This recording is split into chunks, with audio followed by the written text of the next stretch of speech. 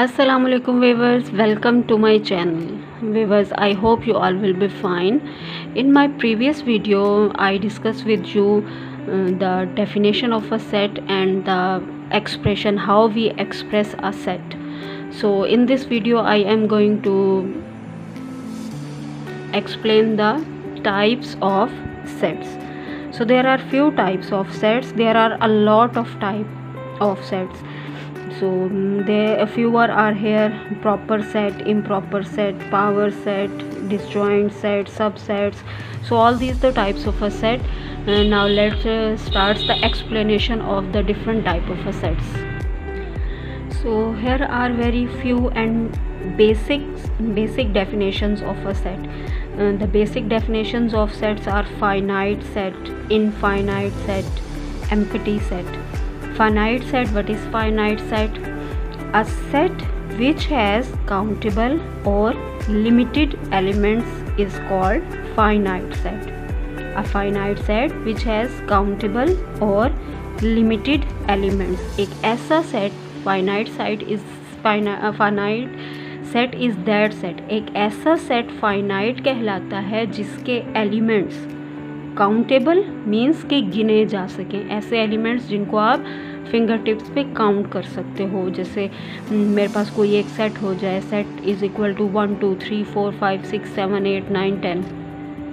So first 10 numbers का जो एक सेट होगा वो काउंटेबल सेट होगा, ऐसा सेट जिसको मैं इजीली काउंट कर सकूँ.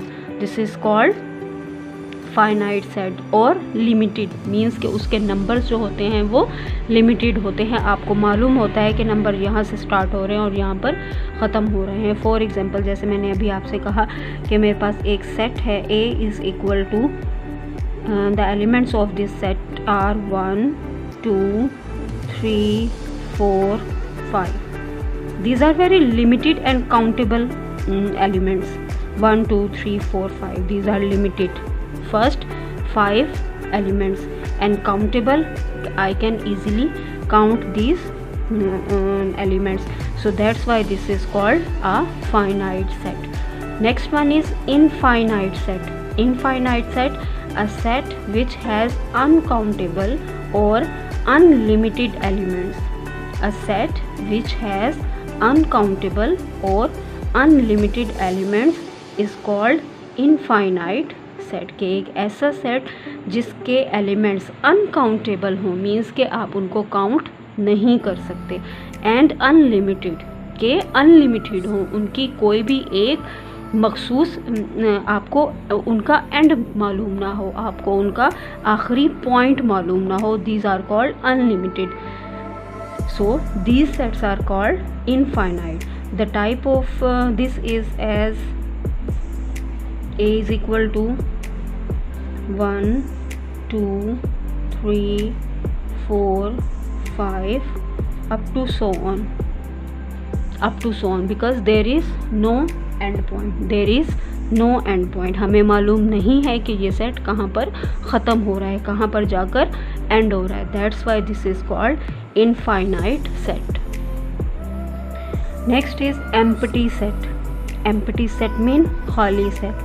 A set which has no element. एक ऐसा सेट कि जिसका कोई एलिमेंट मौजूद नहीं है. This is called empty set. Empty set की एग्जांपल्स इस तरह से हो सकती है. Likewise B is equal to empty means कि उसके अंदर कोई भी एलिमेंट मौजूद नहीं है. आप इस सेट को इस तरह से भी लिख सकते हैं. This is the representation of empty set. ये एक खाली सेट की रिप्रेजेंटेशन है. This symbol is called phi. This symbol is called phi. Phi mean empty set. There is no element, not even zero. Zero भी उसके अंदर शामिल नहीं होगा बिकॉज ज़ीरो खुद भी एक नंबर है. ज़ीरो बजाते खुद एक नंबर है. That's why empty set mean there is no element. इसी तरह से अगर आपके पास एक एग्जाम्पल हो, फॉर एग्जाम्पल मैं यहाँ पर लिख रही हूँ example. For example there is a set C with in bracket there is one element as like 2 as like this. There is only one element in this set. This is a set C. C has only one element. So these type of sets are called singleton sets. Singleton sets, ये ऐसे sets होते हैं जिनको हम singleton का नाम बोलते हैं. Single means there is only one element. The set which has one element, which has only one element, a set which has only one element, this is called singleton set. Next definition is proper set. Proper set, the definition of proper set is if A and B are two sets and every element of a set A is the element of B, but at least one element of a set B is not the element of a set A. There are two sets A and B. For example, A is 1, 2, 3, 4, 5. A has 5 elements starting from 1 ending at 5. And the second set is B. B is 1, 2, 3, 4, 5, 6, 7, 8. B set has 8 elements starting from 1 ending at 8. So A is called the proper set of B. A is called the proper set of B when each and every element of a set A, each and every element of a set A is the element of B. कि A के तमाम elements जो हैं वो B के अंदर शामिल होंगे, वो B के एलिमेंट्स होंगे. बट B का एटलीस्ट वन और मोर देन कुछ भी हो सकता है, मोर देन एलिमेंट्स हो सकते हैं, लेकिन उसका कम से कम 8 एलिमेंट, मोर देन वो 1, 2, 3, 4, 5, 6 मोर देन हो सकते हैं, ज़्यादा हो सकते हैं. But at least one element of B is not the element of A, कि उसका एक या एक से ज़्यादा एलिमेंट्स जो हैं B के एक या एक से ज़्यादा एलिमेंट्स A के अंदर मौजूद नहीं हैं, then A is called the proper subset of B. तो फिर A B का प्रॉपर सबसेट कहलाता है. This means that A is the proper set of B. This is the symbol for proper set. This is the symbol. This symbol represent the proper set. इसका मतलब ये है कि A के तमाम एलिमेंट्स B के अंदर मौजूद हैं. A के तमाम elements, the elements of A, all the elements of A will be present in B, but at least one or more than up to so on, more than up to so on, at least one and more than up to so on elements of B are not in A. B के एक या एक से ज़्यादा elements A के अंदर मौजूद नहीं हैं, तो फिर A B का प्रॉपर सेट कहलाता है. Next is the definition of subset. By definition, this is if A and B are two sets, then set A is called subset of set B if all the elements of set A are contained in B. It is denoted by this symbol. It means to say that A is the subset of B. For example, I am going to explain this definition with the help of example. There is a set A. A and B are two sets. A has 2, 4, 6, 8 elements and B has 2, 4, 6, 8 and more than 1. एक या एक से ज़्यादा elements इसके अंदर मौजूद हो सकते हैं. A has 2, 4, 6, 8 and B has 2, 4, 6, 8 and 10. Then if all the elements of set A, all the elements of set B are contained in B, then this is called subset of B. Then A is called the subset of B. जब A के तमाम elements B के अंदर मौजूद होंगे, जब ए के तमाम एलिमेंट्स बी के अंदर मौजूद होंगे। 2, 4, 6, 8। देखिए यहाँ पर इस लास्ट एलिमेंट की रिस्ट्रिक्शन नहीं है, या तो ए फुली कंटेन्ड होगा बी के फुली कंटेन होगा B. In the other side B के भी तमाम एलिमेंट्स ए के अंदर मौजूद होंगे, लेकिन उसके साथ साथ एक कंडीशन ये भी हो सकती है कि इसका एटलीस्ट 1 एलिमेंट ए के अंदर मौजूद ना हो। तो फिर ये डेफिनेशन रिलेट कर जाती है प्रॉपर सेट के साथ कि यहाँ पर अगर मेरे पास फॉर एग्जांपल यहाँ पर 8 के बाद एलिमेंट्स लिखे जाते 10, 11 कुछ ऐसे एलिमेंट्स होते और फिर ये सेट क्लोज हो रहा होता, देन ए जो है वो बी का प्रॉपर सबसेट भी बन सकता था। लेकिन सबसेट्स के लिए ज़रूरी होता है कि ए पूरे का पूरा बी के अंदर मौजूद हो। ऐसा भी हो सकता है कि बी पूरे का पूरा ए के अंदर मौजूद हो। All the elements of A contained in B and all the elements of B contained in A, then you have to write it A is the subset of B. लेकिन अगर ये कंडीशन इसके साथ आ जाती है तो फिर ये प्रॉपर सबसेट के साथ अटैच हो जाता है। फिर प्रॉपर सबसेट और सबसेट दोनों आपस में एक जैसी डेफिनेशंस बन जाती हैं, फिर आप उनको चेंज नहीं कर सकते। So A is the subset of B. The representation of this element, this represent subset. It means that यहाँ पर ये ए फुली कंटेन्ड होगा बी के अंदर, ए के तमाम एलिमेंट्स जो हैं वो बी के अंदर शामिल होंगे। In the other side there is a symbol which represent equal sign. ये जो स्ट्रेट लाइन होती है, this is the representation of the equal sign. कि ऐसा भी हो सकता है कि ये दोनों आपस में एक दूसरे के इक्वल हों, तो इस कंडीशन में आप ए को बी का सबसेट कह सकते हैं। अगर इक्वालिटी आ जाएगी तो वो सबसेट ही होगा, अगर इक्वालिटी आएगी तो वो सबसेट होगा। लेकिन अगर इक्वालिटी नहीं आती और बी के अंदर कुछ एलिमेंट्स बाकी रह जाते हैं तो फिर ए जो है वो बी का प्रॉपर सेट कहलाएगा। इस तरह से ये डेफिनेशन, अगर एलिमेंट्स इंक्रीज कर जाते हैं तो ये डेफिनेशन प्रॉपर सेट के साथ अटैच हो जाती है। Now I am going to discuss the definition of improper set. Improper set by definition is if A and B are two sets and set A is a subset of set B. Subset mean A के तमाम elements B के अंदर मौजूद हैं। Is also a subset of set A. B is also the subset of set A.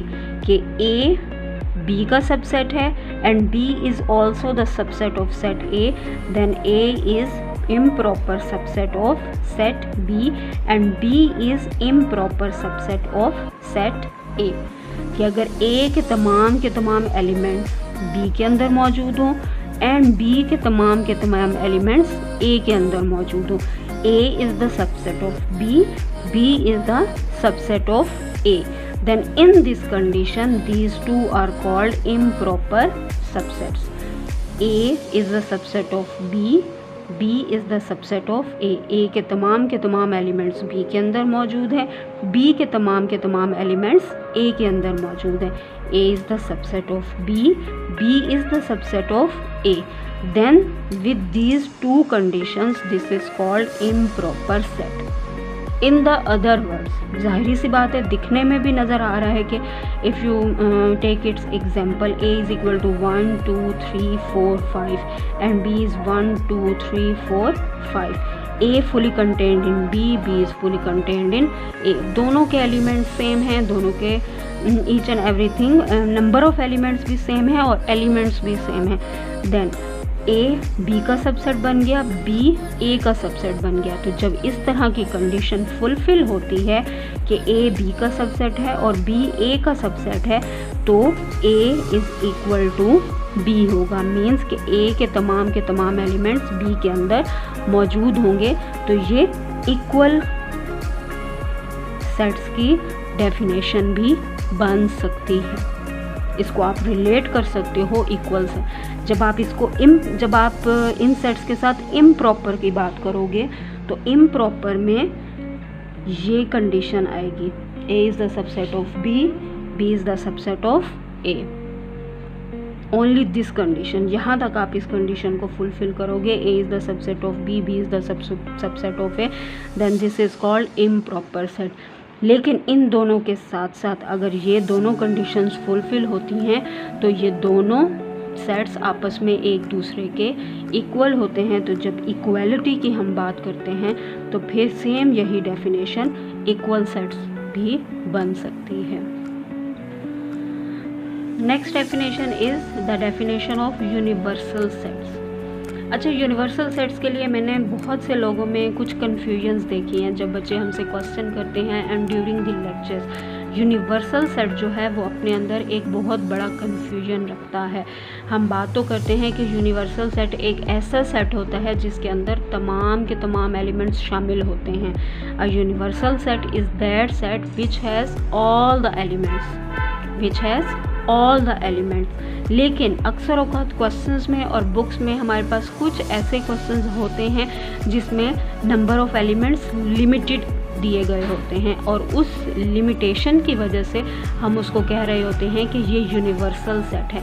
तो students के mind में एक बहुत बड़ी कन्फ्यूजन ये आती है कि इसमें तो लिमिटेड नंबर ऑफ़ सेट्स हैं। For example first 10 natural numbers का सेट 1 2 3 4 5 6 7 8 9 10 अक्सर औक़ात यूनिवर्सल सेट गिवन होता है।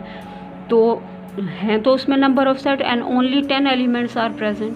तो फिर वो यूनिवर्सल सेट किस तरह से बन सकता है, क्योंकि उसमें तो तमाम के तमाम एलिमेंट्स शामिल नहीं होते। तो इस चीज़ को यूनिवर्सल सेट के लिए लाजमी डिस्कस कर लेते हैं।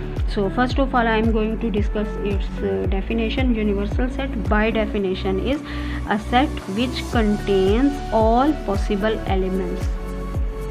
A set which contains all possible elements of the set under consideration. Of the sets under consideration means a set that contains all possible numbers that we can use to counting. It is denoted by U and read as universal set. So universal set क्या है? Universal set एक ऐसा set होता है जिसके अंदर all possible elements शामिल होते हैं, but this set is depending on the set under consideration. What is meant by this under consideration? The sets under consideration. अब वो जो मैंने पहले आप लोगों से बात की कि लिमिटेड नंबर ऑफ़ एलिमेंट्स दिए जाते हैं और स्टूडेंट्स इस बात पे कंफ्यूज होते हैं कि ये कैसे हो गया यूनिवर्सल सेट।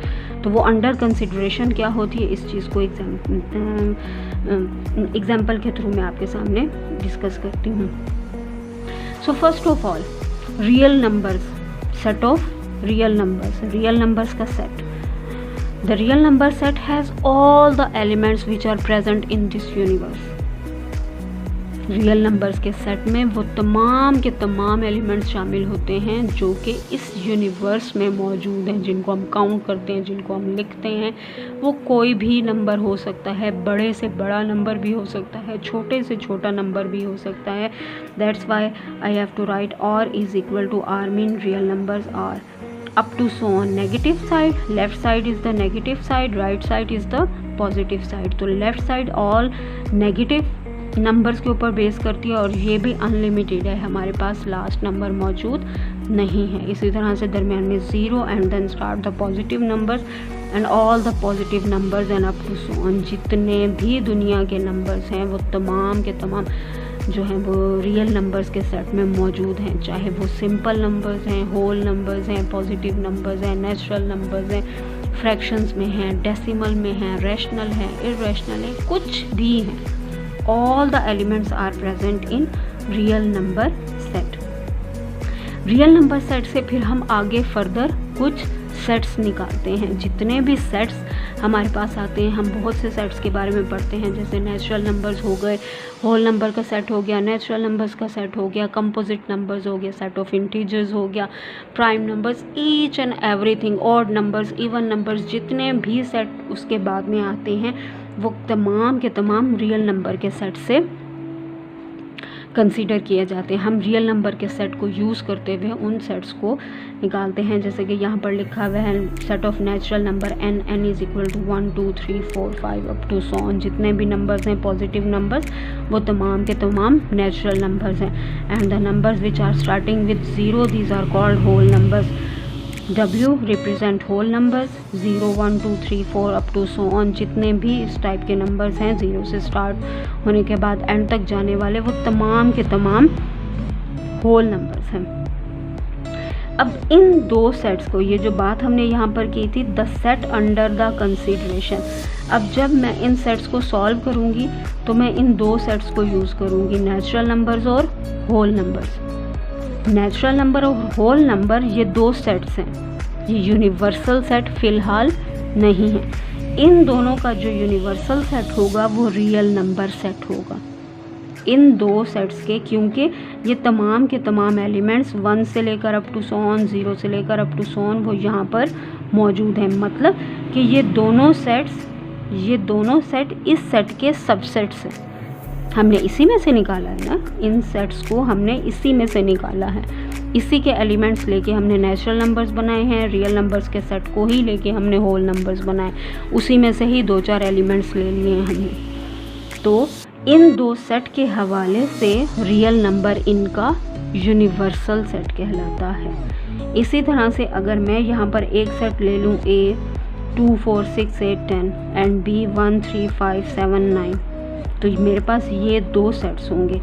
इन दो सेट्स के हवाले से अगर मेरा कोई यूनिवर्सल सेट बनेगा तो वो ये सेट हो सकता है, U is equal to 1 2 3 4 5 6 7 8 9 10।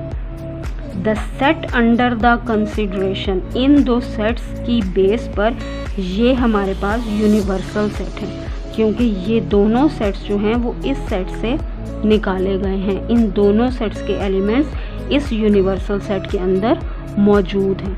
A और B के जितने भी एलिमेंट्स हैं वो इस U सेट के अंदर मौजूद हैं। That's why belongs to these two sets. Under the consideration of these two sets, this U set is called the universal set for these two. तो ये दोनों सेट्स जो हैं वो इसका यूनिवर्सल सेट कहलाते हैं। ये जो एक यूनिवर्सल सेट है वो A और B का यूनिवर्सल सेट कहलाता है, और यूनिवर्सल सेट को आप कैपिटल U से डिनोट करते हो। सो this is the definition of universal set. I hope so you will understand it. Next set is disjoint set. Two sets A and B are said to be disjoint. Two sets A and B are said to be disjoint if there is no common element between them. Disjoint set वो sets होते हैं जिनके अंदर कोई भी same elements नहीं होते. They don't have even one same element. कोई भी एलिमेंट इनके अंदर सेम नहीं होता. ये बिल्कुल एक दूसरे के ऑपोजिट होते हैं. ये बिल्कुल एक दूसरे से चेंज होते हैं. इनके एलिमेंट्स एक दूसरे के साथ मैच नहीं करते. So that's why this is called disjoint set. For example A is equal to ABC, B is equal to D, E, F. So A is not equal to B. A disjoint set होगा B का, क्योंकि A के elements हैं ABC, B के elements हैं D, E, F. दोनों एक दूसरे के साथ मैच नहीं करते. That's why these are called disjoint set. Similarly for the other example, n is equal to -1, -2, -3, -4 and m is equal to 1, 2, 3, 4. n के अंदर ऑल नेगेटिव नंबर्स हैं, m के अंदर ऑल पॉजिटिव नंबर्स हैं. नेगेटिव और positive कभी भी एक दूसरे के इक्वल नहीं हो सकते. That's why these two are called disjoint set. n is not equal to m. These two are disjoint. My next definition is power sets. अच्छा, पावर सेट को हम सेट कभी भी नहीं गिरदानते. अक्सर औकात मैंने स्टूडेंट्स में ये देखा है कि पावर सेट को वो एक ऑपरेशन समझते हैं, मींस के जैसे हम कोई भी क्वेश्चन सॉल्व कर रहे होते हैं, क्योंकि पावर सेट मोस्टली हम उस टाइम फाइंड आउट करते हैं जिस टाइम हम कोई भी क्वेश्चन सॉल्व कर रहे होते हैं, तो पावर सेट हम उसके ऊपर लिख देते हैं फाइंड द पावर सेट। तो हम ये नहीं समझते कि पावर सेट भी सेट की एक एग्जाम्पल है। Power set is the example of a set, this is the type of a set, ये उसके टाइप्स में शामिल है। क्यों? क्योंकि इसके पावर सेट्स के अंदर भी एलिमेंट्स मौजूद होते हैं। Power set has elements and these elements are based on the sets, means के पावर सेट के अंदर जो एलिमेंट्स पाए जाते हैं वो तमाम के तमाम सेट्स होते हैं, वो सबसेट्स होते हैं। पावर सेट के अंदर हम जितने भी एलिमेंट्स लिखते हैं वो तमाम के तमाम सबसेट्स होते हैं किसी भी सेट का।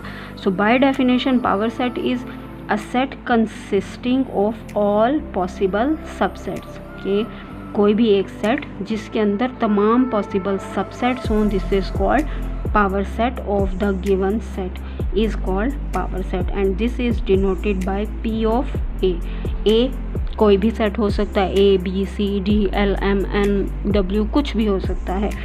वो सेट जिसके पावर सेट्स हम फाइंड कर रहे होते हैं। A मेरे पास वो सेट होगा जिसके सबसेट्स मैं फाइंड कर रही हूँगी। So this mean this is called power set of A। For example मेरे पास यहाँ पर एक सेट है, set A is equal to 1 2 3। A मेरे पास कोई भी एक सेट है and set A has 3 elements 1 2 3। So now I am going to find its power set, means we have to find its subset. So this is a power set of A.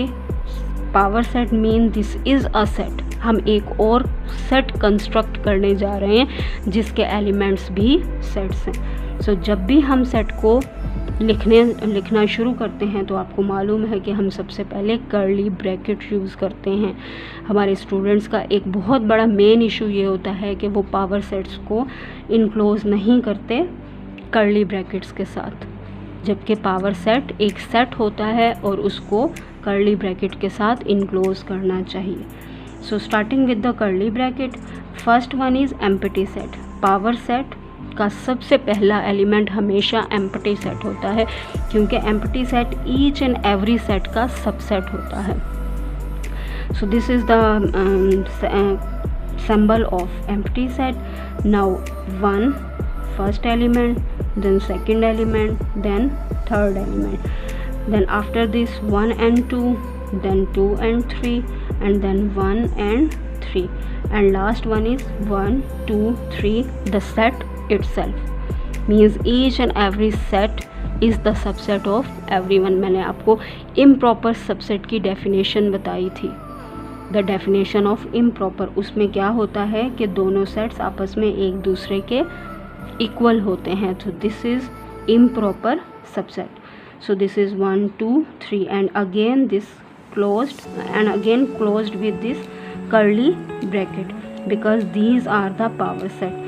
Power set has elements as a set. So this is the definition of a power set. So ये था हमारा आज का video और आज का lecture. सो उम्मीद करती हूँ कि आपको पसंद आया होगा और आपको सेट्स के बारे में, टाइप ऑफ सेट्स के बारे में अच्छी तरह से इन्फॉर्मेशन मिल गई होगी और फुल अंडरस्टैंडिंग भी मिली होगी। सो अगर आपको मेरा लेक्चर पसंद आया है तो प्लीज़ मेरे चैनल को सब्सक्राइब करना मत भूलिएगा, ताकि आपको न्यू वीडियोस और लेक्चर्स के बारे में